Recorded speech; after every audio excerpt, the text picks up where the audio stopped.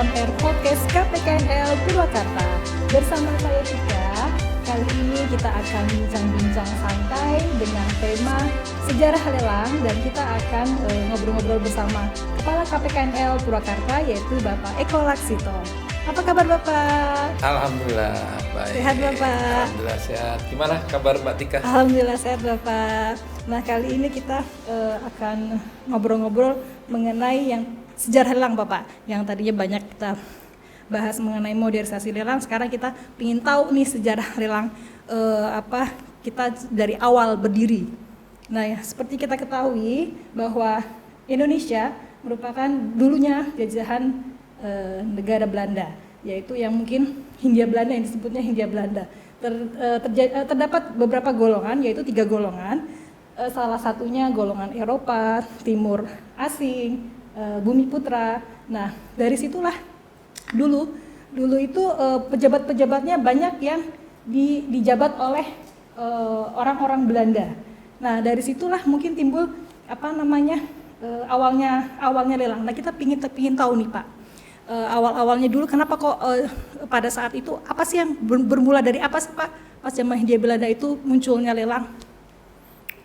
Baik Mbak Tika ya, kita santai aja ya Mbak Tika Pak. ya, kita ngobrol-ngobrol tentang sejarah lelang di Indonesia. Iya. Ya memang betul tadi Mbak Tika sampaikan bahwa sejarah lelang ini tidak terlepas dari semenjak zaman Hindia Belanda. Ya, karena pada zaman Hindia Belanda tadi kan banyak orang-orang yang berasal dari Belanda. Ya, Eropa, sehingga sistem hukum yang ada di Indonesia ini pasti terpengaruh oleh sistem hukum yang ada di Belanda. Nah, seperti tadi yang disampaikan Mbak Tika ya, dulu di zaman Hindia Belanda itu pejabat-pejabat pemerintahan, juga perusahaan-perusahaan itu pejabatnya banyak didominasi oleh orang-orang Belanda. Sehingga pada waktu itu pejabat-pejabat Belanda yang ada di Indonesia ini kan sering mutasi itu ya, pindah tugas ya, baik perusahaan swasta maupun perusahaan negara. Ya. Nah ini mereka kesulitan untuk menjual barang-barangnya kalau dia kembali ke negaranya atau dia pindah ke satu pulau ke pulau lain, kota satu ke kota lain. Nah ini muncullah mekanisme bagaimana menjual barang itu. Nah di Indonesia secara resmi itu masuk atau dalam aturan ya, itu masuk secara resmi zaman Hindia Belanda itu di tahun 1908. Statblad 1908 ya, nomor 189 itu yang mengatur tentang lelang. Namanya Vendureglement. Vendu itu artinya bahasa Belandanya itu Vendu itu bahasa Belanda ya. Bahasa Belanda. Artinya lelang. Reglement itu ketentuan ya. Karena waktu itu belum ada DPR ya. Belum ada Volksstaat ya, itu peraturan pemerintah ya. Kalau sekarang ya setara undang-undang lah. Nah, seperti itu. Nah, itu secara resmi Vendureglement itu ada di Indonesia 1908 gitu Mbak Tika. Nah, 1908 itu sendiri sebetulnya sudah ada lembaga-lembaganya yang ngurusi masalah lelang itu gitu ya. Namanya apa?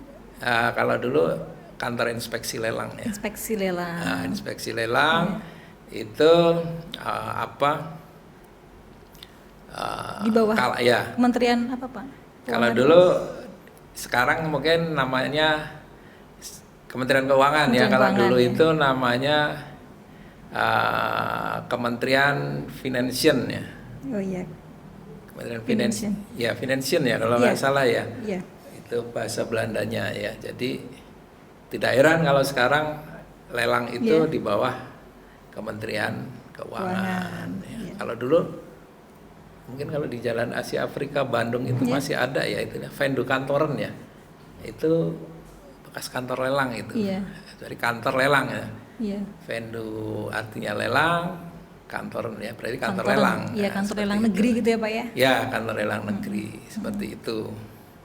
Vendu Kantoren ya. Ya, betul. Oh, itu belum banyak ya Pak ya, dulu mungkin hanya di kota-kota besar aja ya Pak ya?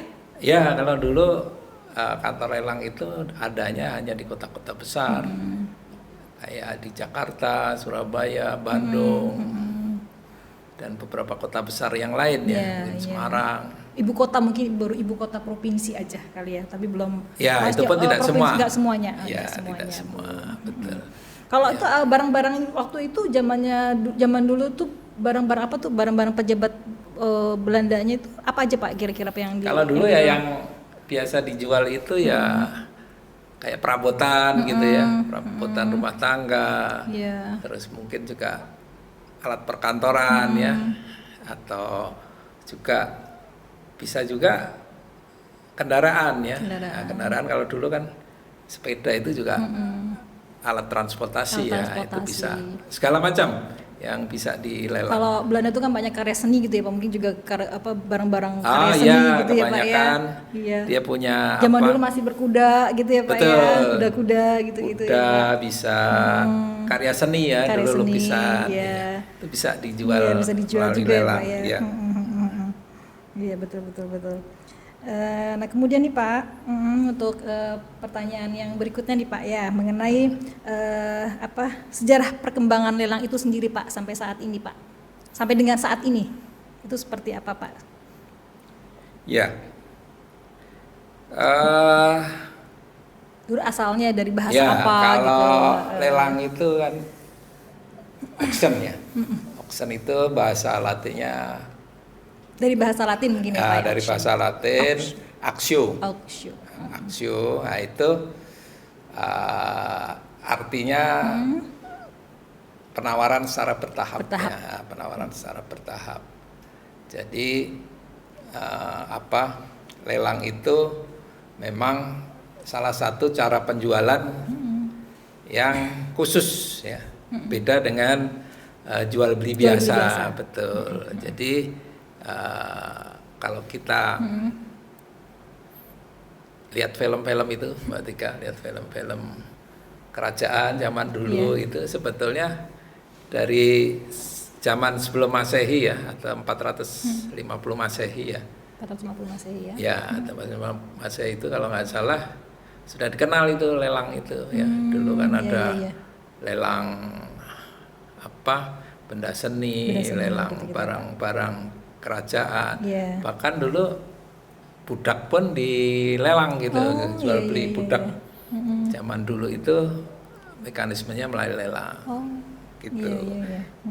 Terus ada beberapa produk pertanian tertentu ya, kayak tembakau itu penjualannya melalui lelang, bunga ya. Bahkan sampai sekarang di negeri Belanda itu masih ada lelang bunga. Lelang bunga. Ya, lelang bunga. Terus kalau lelang tembakau itu dulu di mana? Jerman ya. Jerman. Di Bremen atau di mana itu? Nah, itu dikenal juga lelang-lelang tembakau seperti itu. Iya. Jadi kalau lelang itu kan ada kekhususan tersendiri ya Pak ya? Iya, betul. Lelang itu ada kekhususan tersendiri. Nah, kenapa Pak dia tuh khusus gitu? Ataukah karena sifatnya tuh seperti apa Pak lelang itu Pak? Ya, lelang itu kan jadi leg spesialis gitu. Ya, leg spesialisnya itu salah satunya setiap pelaksanaan lelang itu harus dilakukan di hadapan pejabat umum. Kalau dulu zaman Belandanya itu namanya Vendumester. Kalau bahasa Indonesianya sekarang itu pejabat lelang. Pejabat lelang. Kalau dulu venue master itu yang mimpin lelang. Jadi kalau dulu kan belum ada online ya, Mbak Tika ya. Iya, betul, Pak. Jadi lelang itu harus di hadapan venue master atau pejabat lelang. Juru lelang ya dulu mungkin Pak ya. Ya, juru lelang bisa dikatakan juru lelang. Tapi dulu ada juga yang menawarkan barang itu namanya Afslacher ya. Afslacher. Jadi Afslacher itu bahasa itunya juru teriak lah ya. Iya. Yang menawarkan barang misalnya 100, 101, 102, nanti yang memutuskan 110 pejabat lelang gitu ya, Pak yang ya. memutuskan pejabat lelang. Ya. Itu masih digunakan ya sebelum kita di KPKNL menggunakan lelang secara online. Itu dulu kita punya pejabat lelang, punya Afslacher ya. Itu dulu menarik Mbak Tika ya. Lelangnya itu seru ya. Seru ya Pak ya. Iya. Itu sejarahnya dari zaman dulu, dari zaman Hindia Belanda dulu sudah ada. Iya. Gitu. Jadi apanya juga sifatnya juga yang transparan juga ya Pak ya. Ya, jadi terbuka betul. ya Pak untuk umum ya Pak terbuka ya. untuk umum. Terus harga Jadi juga kompetitif gitu ya. ya. Nah, ini perlu saya sampaikan nih Mbak Tika nih. Ya, lelang itu sendiri dari zaman Hindia Belanda tidak hanya sekedar tadi yang awalnya untuk memfasilitasi pejabat-pejabat Belanda yang pindah tugas atau tapi juga sebagai sarana law enforcement ya. Oh iya. Jadi barang-barang kalau sekarang dikenalnya eksekusi ya, nah itu dijualnya melalui lelang karena sistem hukum zaman Hindia Belanda kan sudah mengenal itu apa yang sampai sekarang kita pakai ya hukum acara perdata. Nah juga acara pidana ini penjualan barangnya itu dilakukan juga dari zaman dulu itu melalui lelang. Nah itu. Pak, kalau peraturan undang-undang yang terkait dengan lelang tuh apa aja sih Pak? Kalau kan termasuknya kalau UHT kan termasuk ya Pak ya, selain UHT gitu apa Pak? Ya mungkin. Apa lagi Pak? Mungkin sebelum ke situ ya Mbak Tika ya, bahwa para pemirsa Baraya ya ingin saya sampaikan bahwa Venue Reglement Stadblad 1908 itu sampai sekarang masih berlaku, masih menjadi dasar hukum pelaksanaan lelang di Indonesia. Sebagai petunjuk pelaksanaan lelang ya Pak ya? Ada itu undang-undangnya, petunjuk pelaksanaan lelangnya melalui Peraturan Menteri Keuangan. Nah sekarang yang terbaru terkait petunjuk pelaksanaan lelangnya itu di Peraturan Menteri Keuangan nomor 213 tahun 2020. Nah, itu yang sebagai petunjuk pelaksanaan lelangnya. Nah tadi kembali yang ditanyakan ya undang-undang yang terkait lainnya ya. Undang-undang terkait lainnya itu yang berperan dalam pelaksanaan lelang. Banyak ya karena jenis lelang itu sendiri macamnya ada banyak ya. Hampir 40 jenis lelang yang ada, tentunya terkait dengan peraturan-peraturan yang ada. Misalnya contohnya lelang hak tanggungan, tentunya peraturan-peraturan atau undang-undang hak tanggungan itu terkait juga dengan lelang. Demikian juga pelaksanaan lelang fidusia, sita pajak ya, barang rampasan dan kepailitan dan lain-lain banyak sekali ya, jenis lelang itu banyak sekali. Jadi belum yang sifatnya non eksekusi ya, bisa non eksekusi wajib, non eksekusi sukarela. Jadi banyak sekali jenis lelang itu. Kalau venue instruksi itu apa Pak? Instruksi. Ya, venue instruksi itu satu kesatuan ya dengan venue reglement. Satu kesatuan. Ya, kayak cuknisnya gitu kok sekarang itu. Ya, kurang lebih seperti itu. Cuman dalam prakteknya sekarang berbagai peraturan pelaksanaan lelang itu kalau di reglemen vendor instruksi kan mengatur pokok-pokoknya saja ya. Nah, sehingga penjabaran lebih lanjutnya itu ada di peraturan Menteri Keuangannya, yaitu di petunjuk pelaksanaan lelangnya gitu. Ya, baik Pak. Lanjut lagi nih Pak mengenai struktur organisasi unit lelang itu sendiri sampai dengan seperti apa Pak? Unit. Ya, kalau dulu kan unit. Karena di bawah Kementerian Keuangan gitu ya. Itu tahun 60-an ya kalau nggak salah, itu di bawah Direktorat Jenderal Pajak ya. Iya. Karena merupakan salah satu biaya lelang itu salah satu penerimaan pajak tidak langsung. Tidak langsung. Iya. Jadi kenapa di bawah Direktorat Jenderal Pajak? Karena biaya lelang itu merupakan penerimaan pajak tidak langsung, sehingga pas lah kalau dulu di pajak. Nah, seiring berjalannya waktu tahun 90 ya, itu pindah ke BUPN. Ya, kalau nggak salah 91 BUPLN, dan 2000 ke DJKN. DJKN sampai sekarang ya. Sampai sekarang. Ya. Kalau nggak salah Pak, saya pernah baca itu kalau pejabat lelang kelas 2 tahun pas di awal-awal berdirinya lelang itu masih dijabat oleh notaris ya Pak ya? Ya, memang dulu. Atau pejabat Pemda tingkat 2 atau wali kota bupati gitu Pak? Betul, ya betul Pak Tika. Ya, zaman dulu kan kantor lelang negara ya dulu ya, itu kan belum ada di semua provinsi. Iya. Untuk mengisi kekosongan pelayanan lelang di beberapa daerah memang diangkat yang namanya pejabat lelang kelas 2. Ya, pejabat lelang kelas 2 itu kalau zaman dulu itu banyak diisi oleh notaris. Terus pejabat Pemda kayak camat gitu ya. Terus seiring berjalannya waktu karena makin meningkat nih kebutuhan lelang gitu ya Pak. Ya, selain itu juga karena lelang itu kan di bawah Direktorat Jenderal Pajak dulu awalnya ya. Itu banyak pejabat lelang kelas 2 itu yang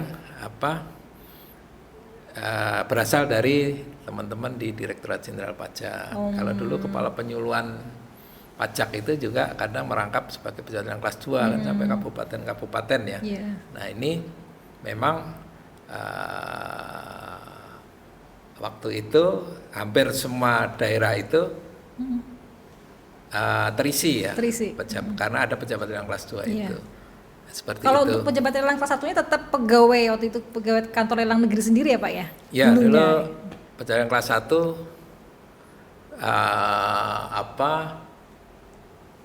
dijabat oleh pegawai negeri. Pegawai negeri. Kayak contohnya saya aja dulu kan saya masuk tahun 91 ya.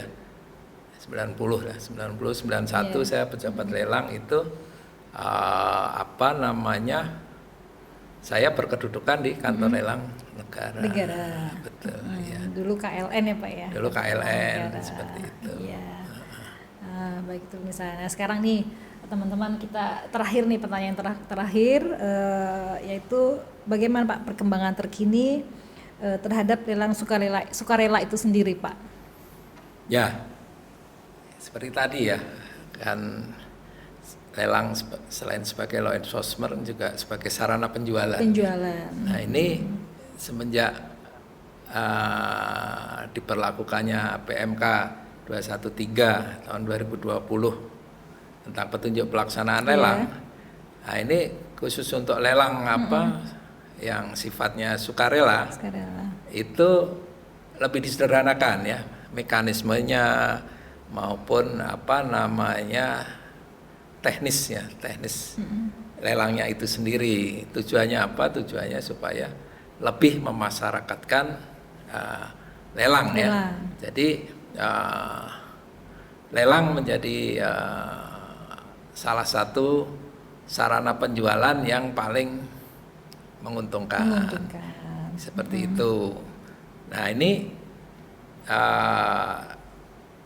tidak hanya kalau dilakukan oleh KPKNL ya, tapi juga sekarang sudah ada yang namanya kalau untuk lelang sukarela itu balai lelang swasta. Saat ini kalau nggak salah ada 104 di seluruh Indonesia ya Pak ya, balai lelang. Selain itu juga ada pejabat lelang kelas 2 tadi yang berasal dari swasta. Nah, itu kurang lebih saat ini ada 134 atau 135. Ya, itu tadi ya, pejabat lelang kelas 2 itu ya tadi ya Pak ya. Ya, pejabat lelang kelas 2 yang dulu dijabat oleh oleh pegawai Pemda, notaris ya juga. Pemohonnya bisa dari mana aja itu Pak? Untuk kalau lelang sukarela Pak? Lelang sukarela itu bisa badan hukum, bisa perorangan, siapa saja ya, selaku pemilik maupun kuasa pemilik barang itu bisa mengajukan lelang, baik ke KPKNL, juga ke pejabat lelang kelas 2 maupun ke balai lelang. Ke balai lelang, misalkan dia pengen jual rumah bisa juga ya Pak ya? Bisa, rumah, mobil ya. Yang penting bukan hak tanggungan ya Pak ya kalau yang sukarela ya Pak ya. Sepanjang yang bukan yang sifatnya eksekusi. Sepanjang non eksekusi ya. Non eksekusi dan bukan bukan eksekusi bukan ya. Sepanjang bukan eksekusi. Iya, jadi non eksekusi. Tapi kalau non eksekusinya wajib harus melalui KPKNL, yang sukarela aja. Sukarela aja. Kira-kira banyak nggak Pak yang pemohon yang mengajukan lelang sukarela ke KPKNL Pak untuk saat ini Pak? Memang kalau KPKNL. Atau lebih cenderung ke yang lelang-lelang wajib kalau aja? Kalau KPKNL saat ini memang lebih didominasi lelang-lelang yang sifatnya eksekusi ya Pak, dan ya? non eksekusi wajib. Kalau di balai lelang PL2 memang sepenuhnya itu lelang-lelang yang sifatnya sukarela. Jadi lebih banyak di mereka yang melakukan ya Pak ya, pejabat lelang kelas 2. Nah Mbak Raya, itu tadi bincang-bincang santai kita dengan Bapak Eko Laksito mengenai sejarah lelang yang dulunya di zaman Hindia Belanda masih konvensional dengan berkembang seiringnya waktu. Sekarang lelang semakin modern dengan melalui internet, lelang melalui internet dan lebih aman, lebih transparan. Dan demikian Mbak Raya, kita akan kembali lagi podcast dengan tema-tema yang menarik, yang lebih lebih menambah wawasan. Demikian tadi akhir kata saya mengucapkan terima kasih kepada Bapak Eko yang berkenan bincang-bincang dengan kita semua, dengan kami. Dan akhir kata wassalamualaikum warahmatullahi wabarakatuh.